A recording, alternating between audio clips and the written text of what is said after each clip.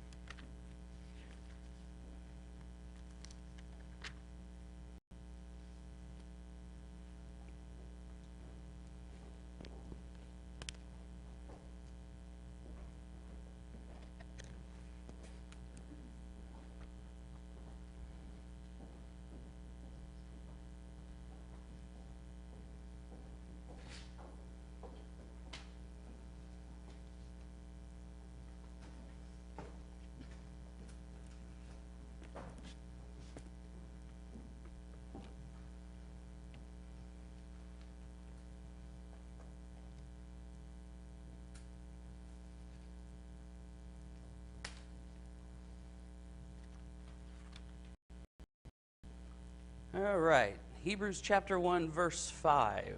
In your studies or in your observations, what do you notice or what questions do you have? Do we have a mic runner? Let's start there. Scott's going to grab the mic. Thank you, Scott. Observations or questions, anything that you've noted? Gary is quick on the draw there for us.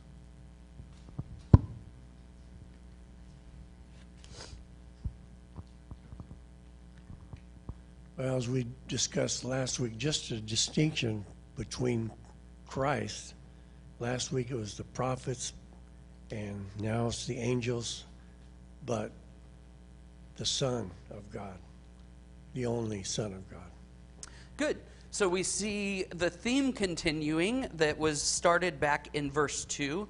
But in these last days, he spoke to us by his Son.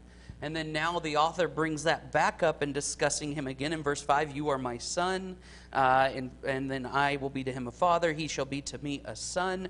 And back at the beginning of chapter 1, verse 1, it was in comparison to the prophets. And now it's in comparison to the angels that he's made better and greater because he is the Son. Why the focus on angels? Have you thought about that? Dave has a thought. Just one. Just one? Okay. That's all I'm allowed. Well, we'll see. I might allow you more. Go for it. Well, if you look back into, excuse me, if you look back into the giving of the law, I mean, in Acts 2:53, Galatians 3:19, they venerated angels because they helped give the law. And it's interesting that he prized them and praised them, and they respected and honored them. So that's, he's trying to, I think, to show they are wonderful and great, however, not greater than Jesus, his Son. He's superior to them. So as much as you honor them, you should honor Jesus more. Great. So we'll expand on that in a moment. But I think you're actually absolutely right, is the idea that angels were a critical understanding for them in how the law was delivered. Yep. It's going to be that morning. I showed up and saw someone here, and I said, had to go look it up. I couldn't figure it out. So why I'm struggling. It's going to be that morning. You don't remember my name? No, I don't. Okay. And I still don't. Isn't That's that all right. It's the worst. No, you don't have to tell him. Lisa, thank you. I'm looking for somebody behind She's me, going to like, make me you mean fight me? all morning thinking of it. Go ahead, Okay. Lisa. What do you got? I'm just giving you a hard time. I know. Jesus is begotten of God. Angels are created by God. They are a creation. They are not a begotten child of God. Jesus was the begotten child of God. Yeah, good. And let's expand on that as this idea of begotten. I think oftentimes when we go back into the Old Testament, especially Genesis, you see the phrase begat there, often in terms of a relationship of father to son. It also carried another context, though. This word that is translated begotten, if we go through and look at some verses, we'll see that it is the idea that is often referenced to someone who was begotten when they went from, when they came to life again after death. And so there was this image of being begotten was the idea of that you have died to something and been begotten to something else. You've been raised up to life and made to be something new. And so here he's saying, you are my son, today I have begotten you. That's not that Jesus was created, as you're making the comparison to the angels. It's that he was given a new purpose, or he was fulfilling his full purpose, as we see, that happened when Jesus died on the cross and was raised to sit at the right hand of God, which was addressed back in verse 3 and 4. So that idea of begotten is not created, which is very different than what the angels have been. Good. Miss Kay.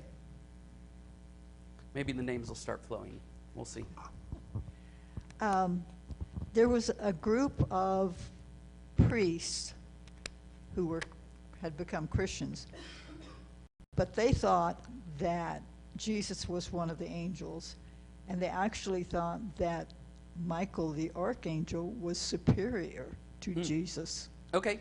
So, and this underscores what Dave brought to light, is that for the Jewish people and those at that time, angels were an integral part of the faith when it came to recognizing God and his plans. Let's look at a few verses and see how important this is to those people at the time. I think, Dave, you pointed out Acts chapter 7 and verse 53 was the one that you pointed to. You could look at beginning at verse 52. Which of the prophets did your fathers not persecute? And they killed those who announced beforehand the coming of the righteous one, whom you have now betrayed and murdered. You who received the law as delivered by angels and did not keep it.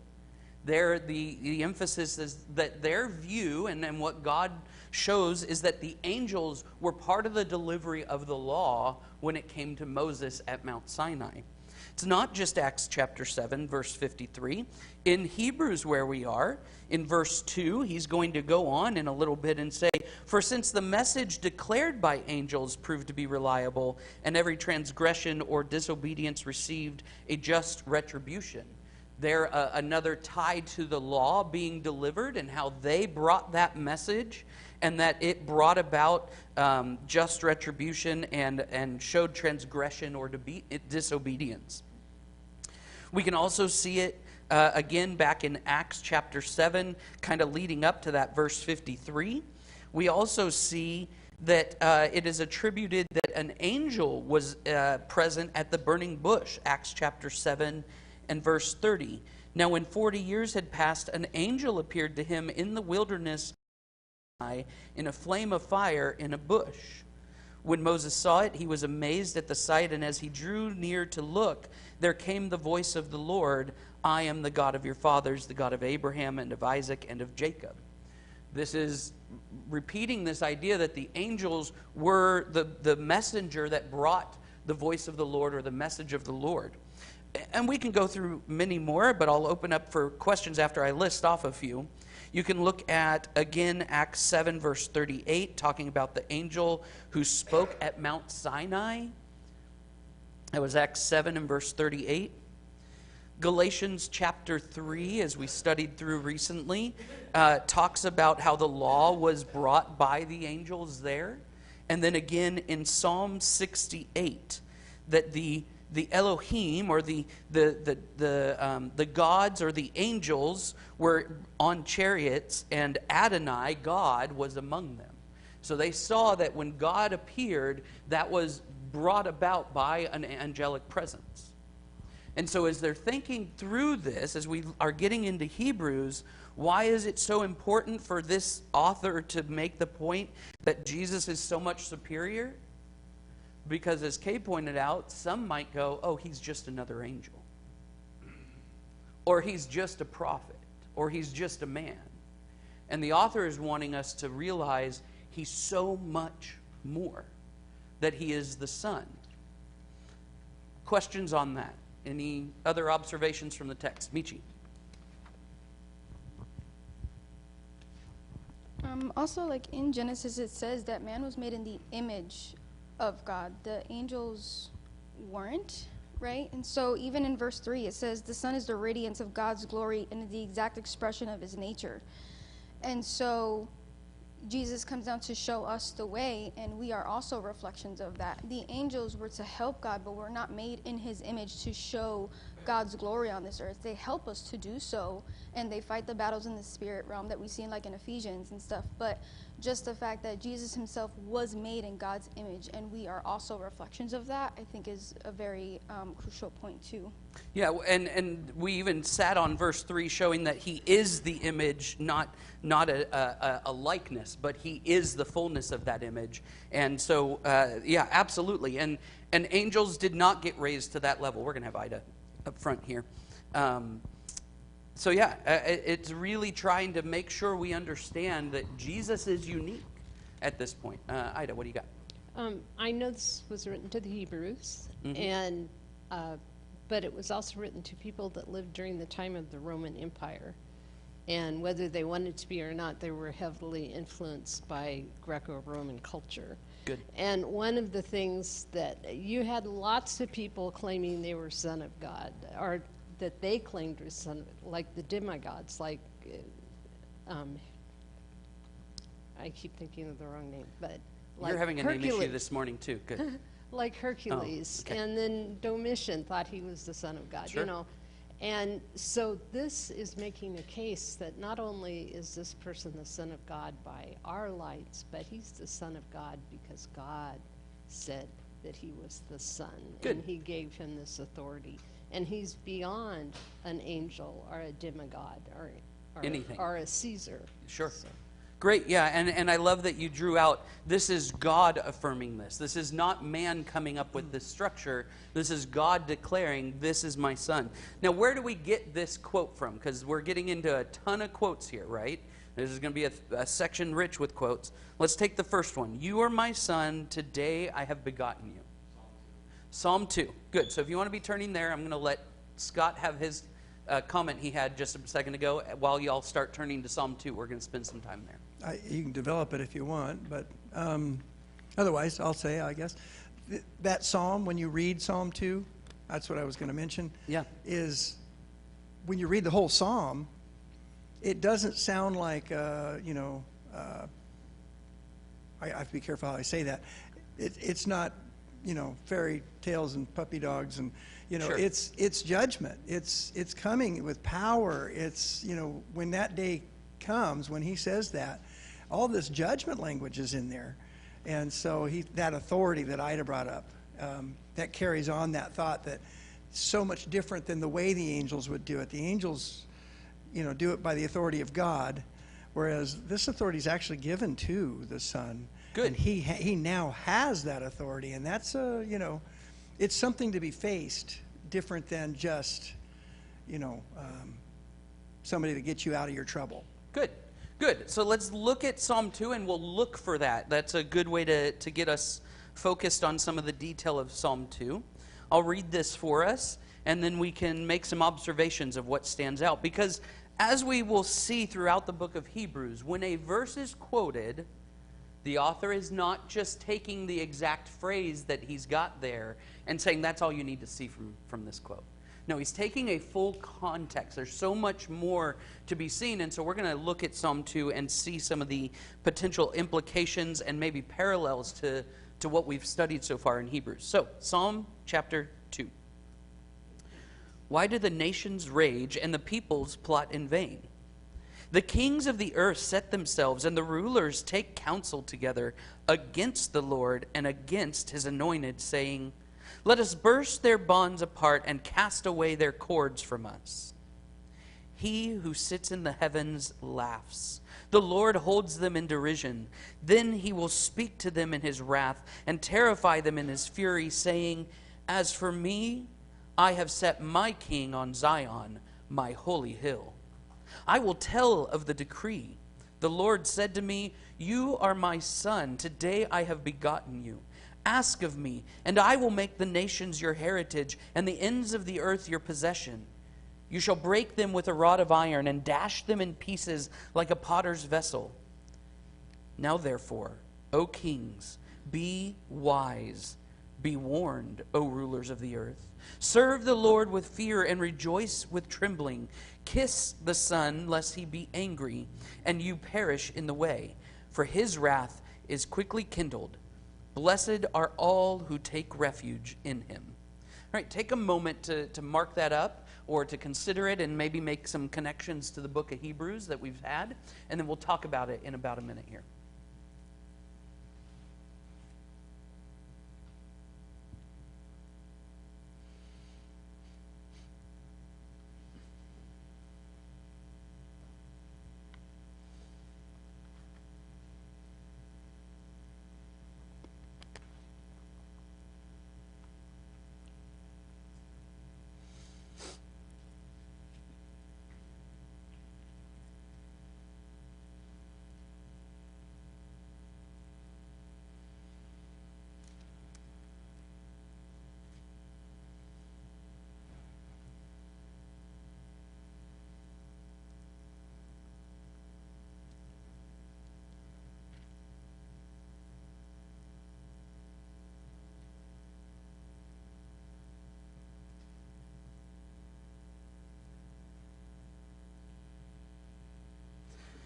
All right.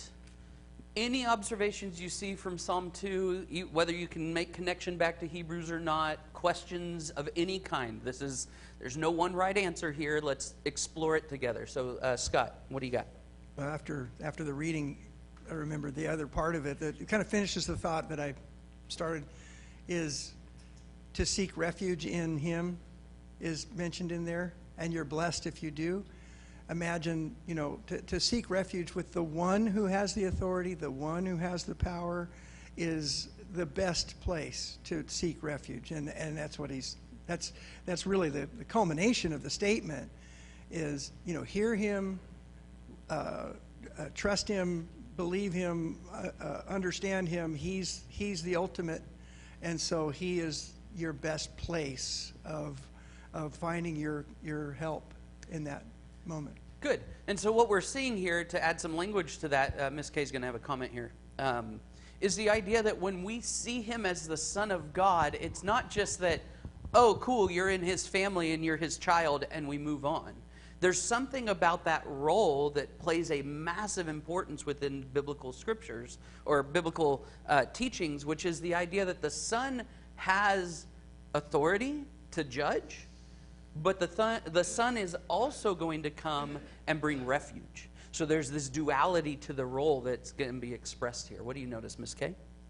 Well, this is a quote from 2 Samuel 7:14, exactly. I will be to him a father, and he shall be to me a son. Okay, so that'll be the next verse that we jump to here in a minute. We'll sit in Psalm 2 a little longer, but that is the second quote from Hebrews 1, verse 5. So that'll be good for us to jump to in a little bit here. What else do you notice about Psalm 2 that connects to our message in Hebrews, or just questions in general you might have?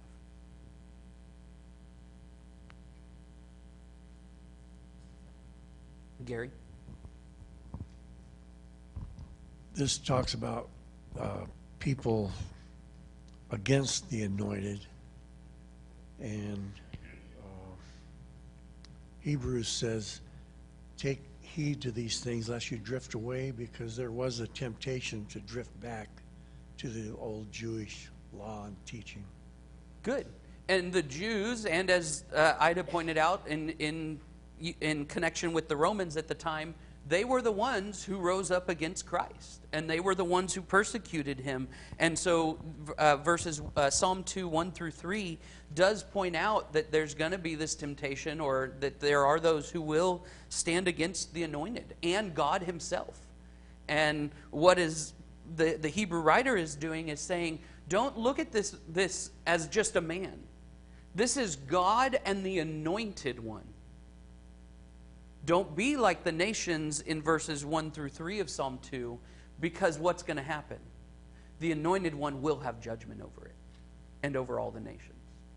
What else do you notice? Michi.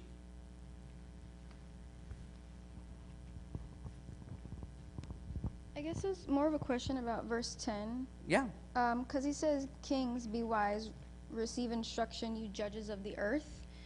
And we know that, God's the ultimate judge, but he's still telling the people on earth that have authority to still seek Jesus, because he's still the one that is the head of them. And I thought that was interesting. I'm not sure if it relates to Hebrews, what we were talking about, but it was just something that I noticed and wanted to ask about. Okay, so we did mention last week in verse 3 of Hebrews 1, Hebrews 1 verse 3, the author does make the point that after making purification for sins, he, that is Christ, sat down at the right hand of the majesty on high, or at the right of the majesty on high. There was a position of authority and power and judgment, as we're seeing throughout Psalm 2. And so to your point, I think what he's saying here is that in Psalm 2, the primary purpose is anyone who thinks they have highest authority on earth, you still have to submit to God. You still have to submit to the anointed one.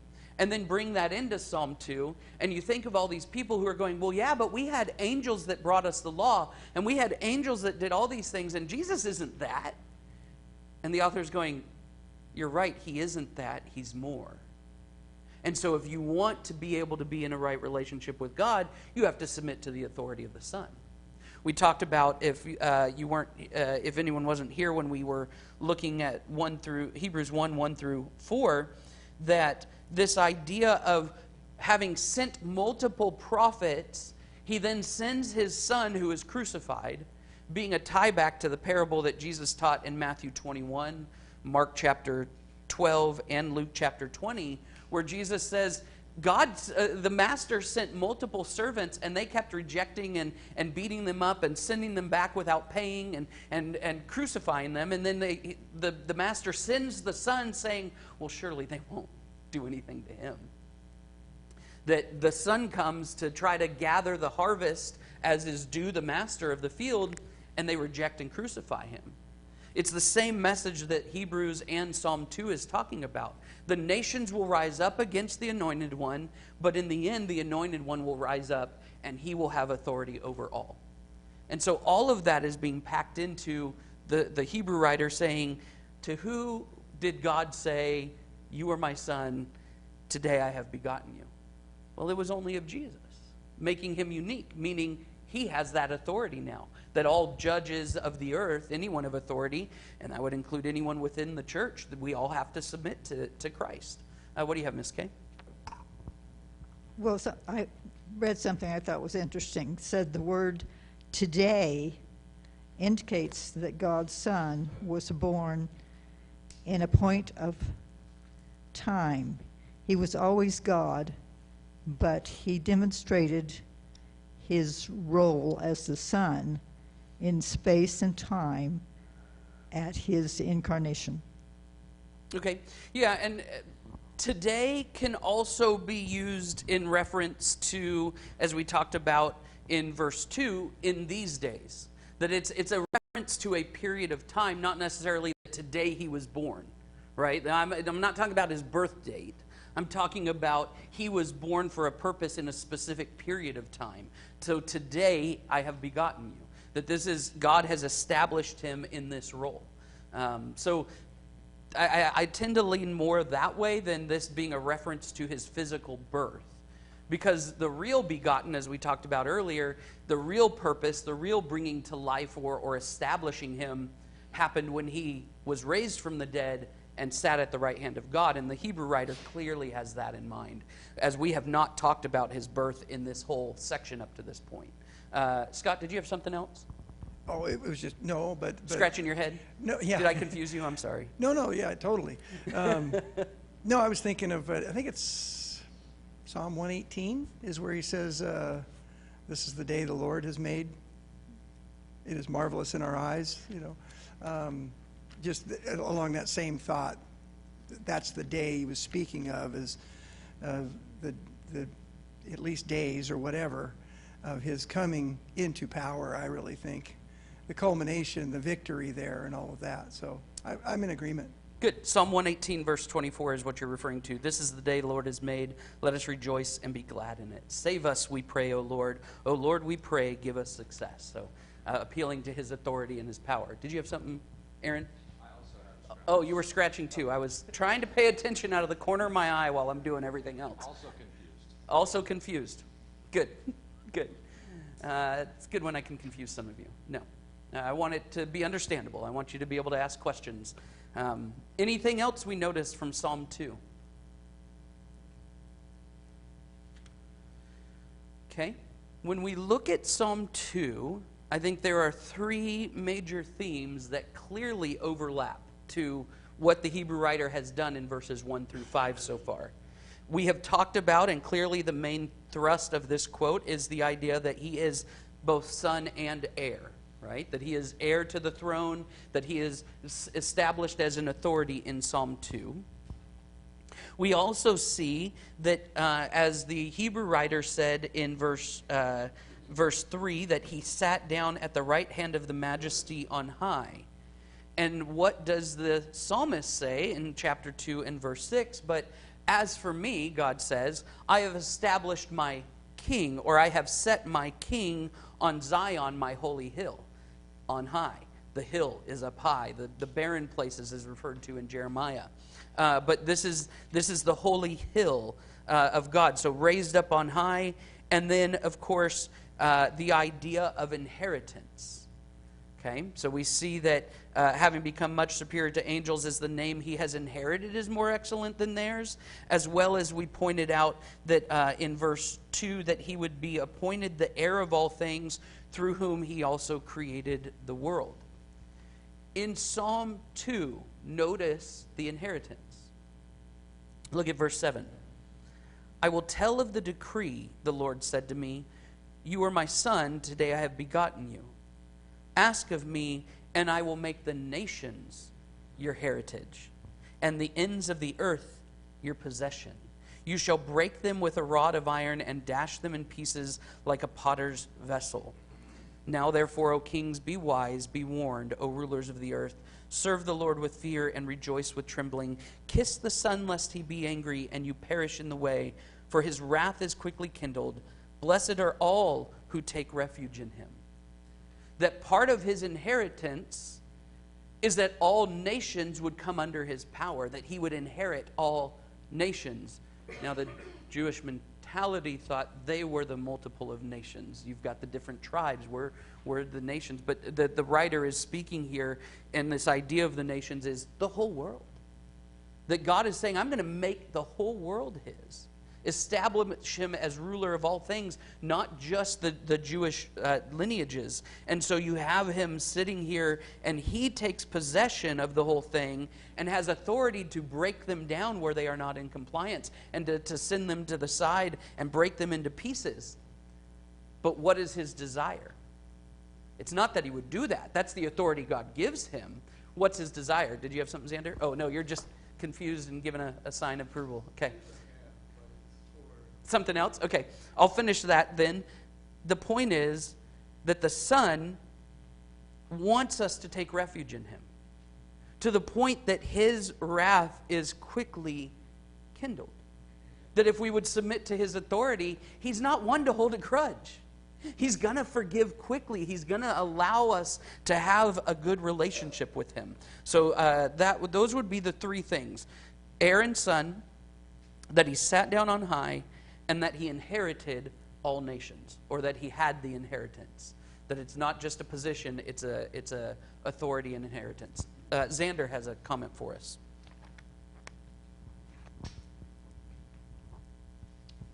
Well, what I find so interesting about that statement, that ask of me and I will give you the nations, is when Jesus is tempted, right, one of his temptations is that Satan offers all the kingdoms of the world. And every time that I think about that, I wonder, why is that a temptation, knowing that he will inherit it, whether it's the pain and the suffering of having to die on the cross and experience the betrayal of all his people and all of that, or whether it's other things or culmination of everything. I just find it so interesting that Jesus, as the inheritor and the creator, loves us so much that this is one of his desires. So great that it's what God would offer him, because God knows it's what he desires. And it's what Satan would offer him, because Satan knows it's what he desires. Good. And what we realize, though, in that comparison, which love the thought there, is that Satan is offering it only because God has given him that authority over these things in that way. But it's not a full authority like the Son is promised. So we can go back to, if you want to look at what Xander's referring to, Luke chapter 4 is one example of that, where the devil looks to him and shows him the kingdoms of the world in a moment of time and says, to you I will give all this authority and their glory, for it has been delivered to me, and I give it to whom I will. If then you worship me, it will all be yours. And there's the kicker. Jesus goes, you don't worship anyone but God himself. So even the Son recognizes who the true master is, and it's his Father. All right, anything else in Psalm 2, Hebrews 1, verse 5 connection? If not, we'll spend a few minutes. Okay, we'll go Gary and then my dad, since the mic is there. Well, since you had us read this, I just like these words starting in verse 10. Therefore be wise, be instructed, serve the Lord, rejoice, And blessed are all those who, New King James says, who put their trust in him. Good. Yeah, the proper response to the Son being established is not fear, even though he's been given the authority to completely destroy. It's rejoicing when we have been wise in hearing the warnings and serving and rejoicing. This is a moment of rejoicing when the Son is established. First of all, I want to thank you for remembering my name. Dad? Yeah. It gets really bad when you look in the mirror in the morning, you can't remember your own name. This idea of being the Son of God, being my son, is really a statement of being equal to God. Good. And so angels are not equal to God, but his Son is. And if you remember at the Sheepgate pool, when that lame man was trying to get into the pool, and Jesus heals him, and the Jews in John 5 and verse 18, they were seeking more to kill him, because not only was he breaking the Sabbath, but he was even calling his own Father, making himself equal to God. Good. So there's a dark, it's different than our culture today and how we look at you versus me. And never get in your mind that you're equal to me, okay? But yeah, it's a whole different view than we have of our father-son relationship in our. Absolutely. In an earthly and fleshly sense, it's very different than what's being established here. And so, yeah, because the son, was made equal in the kingdom and given authority and power that was equal, and we need to keep that in mind. Good. Thank you for that. Well, even Lisa. when you're speaking about, it's okay, I forget my own name sometimes. When you're speaking of the vineyard, and he sent the Son was the full representative with the full power of the Father. Correct. When he came. So there was the Father expected no distinction. If he sent his Son, it was like he himself being there. Good. So his expectation was that they would treat the Son the way they treated the Father, or feared the Father. Good. Good. All right, so let's, with a few minutes left, I'll summarize the second quote here. We can dive into this next week if we need to a little bit more, but Ms. Kay pointed out that in Hebrews 1 verse 5, the second quote, I will be to him a father, and he shall be to me a son, is from 2 Samuel chapter 7 and verse 14. Why is this quote so important in the biblical narrative? Jennifer. This is when God makes a covenant with David. David had said, I'm going to build you a house. And God said, no, I'm going to build you a house. Good. And the Messiah will come from this, is the implication. Good. Yeah, and in many ways, it's a reinforcing of the promises made to Abraham, that through him many nations would be blessed, and that all things, that he would be made into a great family and have a great name. And in 2 Samuel, David has now, at this point, chapter 7, he has conquered, in many ways, many of the warring nations that were against him, and he's recovered the Ark of the Covenant and has brought that back. And he's looking at it and going, wait, there used to be a tabernacle around this. This needs to be housed in something. I have a place to dwell. God needs a place to dwell, because that was the dwelling place of God. And so he puts it in his heart to build God up this beautiful house, and God says, without getting angry, he says, thanks but no thanks. If I wanted that, I would have told you I wanted that.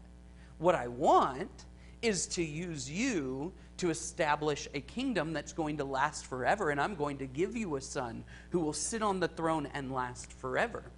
Of course, David had his son Solomon, and he was risen up to the position of king, and everyone went, this is great. We got the son. And then Solomon dies. Well, then where's the son that God was talking about? That didn't last forever.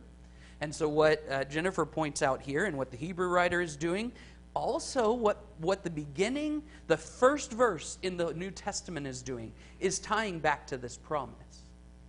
Because in Matthew 1, verse 1, it says, this is the genealogy of Jesus Christ, the son of David, the son of Abraham. The Jewish mind was Abraham's highest. And what does the Matthew do when he opens up? He goes, oh, Abraham's important. But what I want you to see is the king, and the kingdom is here. And that's what's happening here in Hebrews 1, verse 5. He's saying, which of the angels was given complete authority and raised to the position of fulfilling the promise made to David that a kingdom would be established that lasts forever? And of course, the answer in all of Hebrews, when these questions are posed, they're very rhetorical in nature. It's, well, to which of the angels did he say that? None. That's the answer every time. God never used this phraseology with the angels. And so we're supposed to see Christ in a different way. Thoughts on 2 Samuel chapter 7, Hebrews 1 verse 5 as we wrap up here. We got a few minutes. Jennifer? I love one of the ideas that the quote unlocks, and that's 2 Samuel 7 verse 1, that God had given David rest on every side, which is something the Hebrew author is going to go into. Like, the Messiah is who gives you rest. Good, so we're starting to see shadows of other themes that happen later in Hebrews are being called to mind. Again, seeing a larger context than just the verse that's quoted, 2 Samuel chapter 7, verse 1. When the king lived in his house and the Lord had given him rest from all his surrounding enemies, he goes and decides that he's going to bless God for that. And here's Jesus being established on high and being established as the Son, the promise and fulfillment of David. And what does he bring? Promised rest. Not on a weekly basis, but on an eternal basis. There's a Sabbath rest that remains, which we'll get into later in Hebrews. All right, we got about 30 seconds to a minute. Any final thoughts or comments, any takeaways from what we've talked about maybe? What are some thoughts on how this can affect us this week or embolden us in our faith? Any final thoughts? God is good and faithful to his promises, is he not? Did I see one? Oh, Xander, go ahead. After thinking a little bit more, I would just throw out, for myself at least, that if our God desires us so greatly that he's sending his son to die, and his son's greatest desire, one of his temptations, is to inherit us. Good. How much can we trust that now, as he has inherited us, and he is our intercessor, in Timothy I was looking at, where it says he desires all to be saved. 1 Timothy 2:2-6. For kings and all who are in high positions, hold on. Let me get the full quote here. You're that good. way I don't have to start in the middle.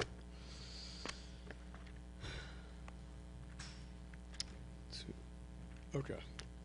First of all, then, I urge that supplications, prayers, intercessions, and thanksgivings be made for all people, for kings and all who are in high positions, that we may lead a peaceful and quiet life, godly and dignified in every way. This is good, and it is pleasing in the sight of our Savior, who desires all people to be saved and to come to the knowledge of the truth. For there is one God, there is one mediator between God and man, the man Christ Jesus, who gave himself as ransom for all. So I was just reading that and thinking, we can trust that he will intercede for us when we sin, when we stumble. We do not have to worry. Our salvation is secure because we are one of his, if not his, greatest desire. Yeah, good. And I think that has a double implication. One, to be confirmed that God is going to work on our behalf and through Christ make sure we're established and comforted and will endure to the end. It also puts a weight on us, doesn't it? When we realize that we are what his greatest desire is. It puts an importance on our life and how we live. Not just to show ourselves as following all the details that we read, but we want to be something that God is happy to receive in the end. That Jesus would look at us when he receives his final inheritance and goes, thank you so much for loving me in return. Thank you so much for living differently for my name's sake. And that should be what we think about. Our decisions are not just about my life and my relationship to you. This is about honoring what God is doing through his Son by living in a way that honors the fact that we are going to be the inheritance. How great would it be if you went to read the will of someone who gave you their inheritance and they offered you their house that is broken down and abandoned and has squatters in it, and it just doesn't look like anything worth having? Oh, but it's my house now. No, we want to make sure that we're building something beautiful, not to earn the salvation he's promised. We've received that, as Xander is offering to us.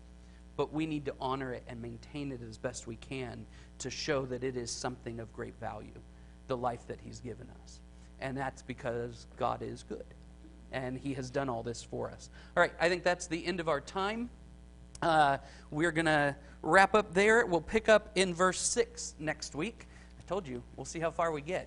Those are good thoughts to be digging into and seeing the richness of Hebrews. Appreciate it. We'll take a short break.